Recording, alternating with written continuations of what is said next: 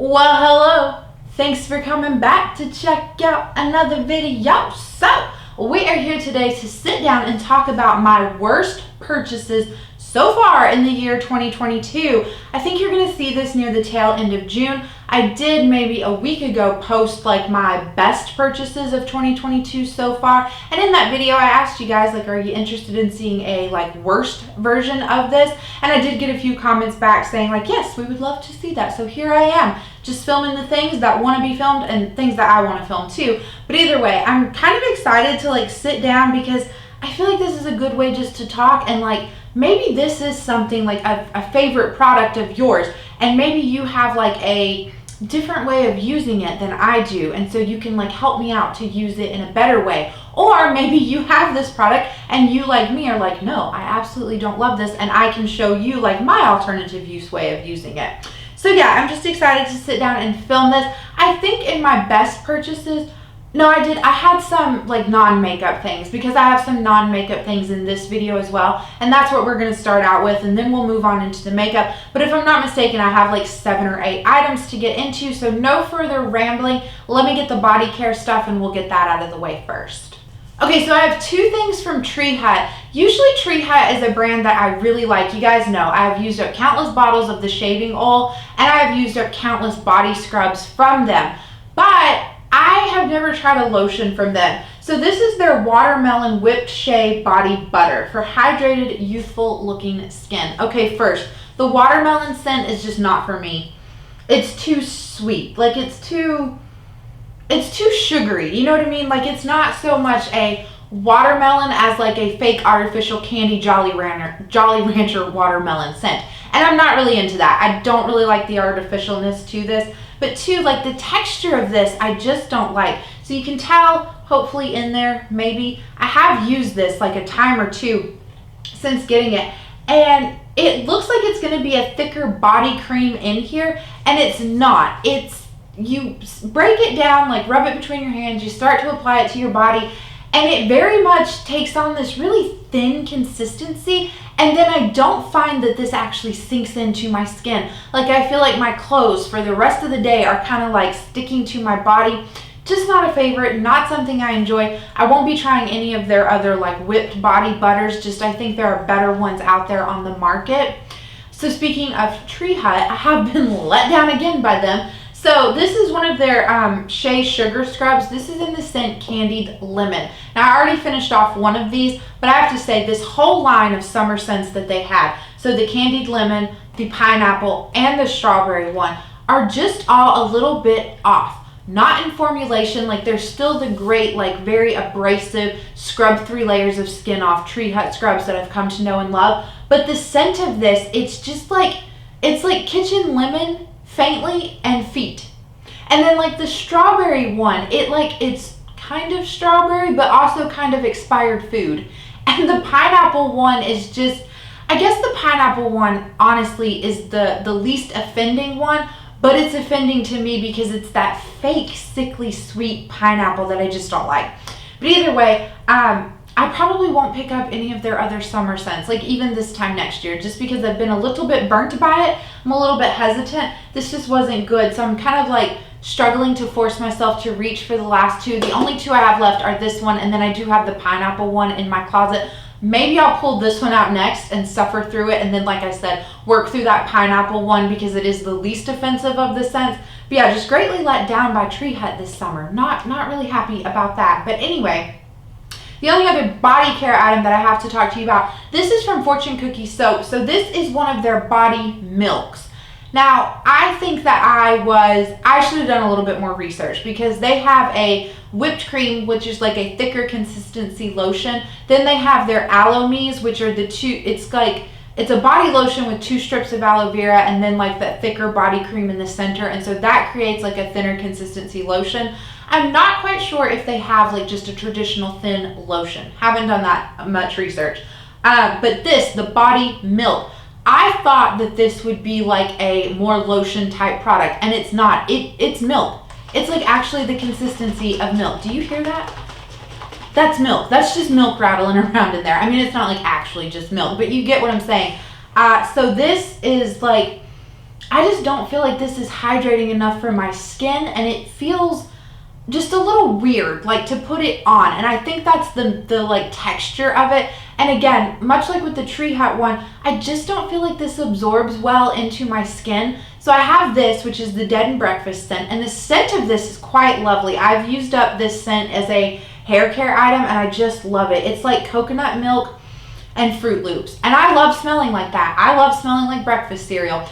So I do have one or two others, and all of the scents across the board are quite lovely scents. It's just a consistency and a texture thing, and the fact that it doesn't work for me, I know these are going to be horrendous for me to try to use up in the winter months. So I'm going to try as best as I can to work through this one, and then maybe one, if not all, of the ones that I have in my closet, because since this is a thinner consistency and I feel like I need to pile it on, I feel like I use more of this than you should. Is my camera battery dying? Okay, so I was trying to speed run and like finish up talking about this body milk, and my camera did officially die. So if the lighting angle or any of that good stuff has changed, then I apologize for it, but let's just continue on. I'm not really sure where I finished off with this. I think I was saying, like, since this is like a very thin consistency type product, I feel like I have to overuse it in order to get the amount of hydration that I want. Within this bottle, I'm about down to here. So not too much left of it, but I don't know, it could, you know, I could finish this and have this in my July empties, but who knows, because it is like a little bit of a struggle to reach for. So that wraps it up for my worst like body care purchases that I've made so far in the year of 2022. Now let's get on into the worst makeup.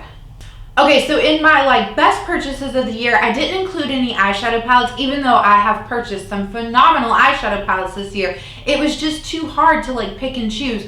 But I have purchased one horrendous eyeshadow palette this year, and maybe that's not fair. Maybe it's not like horrendous, but it's just let me down. And I'm sure you guys know which eyeshadow palette I'm talking about, so we'll just get it out of the way first. But this is from Melt Cosmetics. This is their Amore Mariposa palette. They came out with this sometime in September 2021, if I'm not mistaken, but I held off and picked this up maybe in January or February of this year. So the color story of this, maybe if I bring it in, it doesn't wash it out too much. It's a really pretty color story, just a very fall-esque palette to me.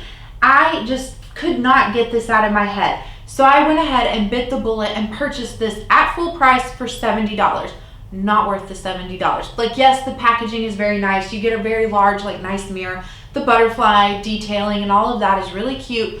But the formula doesn't, like, I'm not going to pay just for packaging. You know what I mean? The formula of this is just a little fussy, and I just don't enjoy the Melt formula at the end of the day is what I have decided. I don't really like their shimmer formula, although the shimmer shadows in here are better than the matte shadows. The matte shadows just don't blend well. They're a little patchy, and I just feel like it's harder to work with. So even though in saying all of those, like, negative things, I'm in no way, like, ready to declutter this from my collection because it was so expensive. Like, I am going to hang on to this and force myself to use this and play around with this, especially as we come into the fall time, and see, like, is there just like some different tips and tricks that I can do to make this work and make this like a decent eyeshadow palette within my collection. So if you have any of the Melt palettes and you feel like that too, like, yeah, I get what you're saying, like Melt is not like my favorite formula, let me know any tips and tricks down below that you have in order to make their formula work better for you.